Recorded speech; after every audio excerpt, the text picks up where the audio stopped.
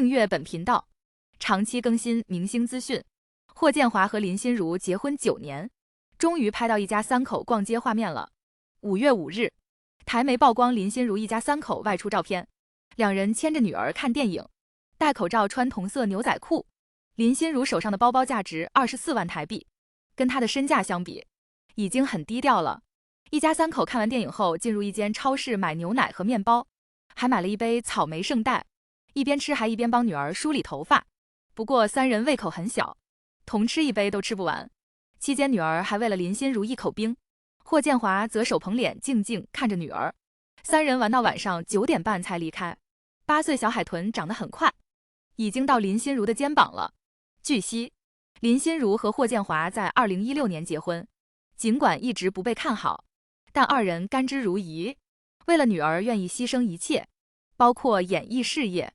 女儿出生之后，2人轮流休班在家带娃。林心如更是回归台湾省娱乐圈拍剧，转型当制作人。今年又有新剧上映，霍建华的新剧《忘了我是谁》也会连续开播，但他的重心明显不在工作上，外形也垮得厉害。霍建华经常被吐槽，在这段婚姻属于吃亏的一方，他却不这样认为，曾坦言就是要找比自己更强大的女人。林心如很独立，符合他的标准。2人结合并非是女方逼婚，而在结婚之前，他们已经相识了10年，这一深厚的情感基础成为2人关系稳定的核心。他们希望大家看待2人的婚姻跳脱出男主外的模式。林心如也维护丈夫内心柔软的形象，言语间谈到老公，曾是一脸的笑容，当初的热情，经历生活琐事的冲刷，丝毫没有消减。2人在女儿教育方面达成一致意见，每当重大节日，都会出席为女儿庆祝。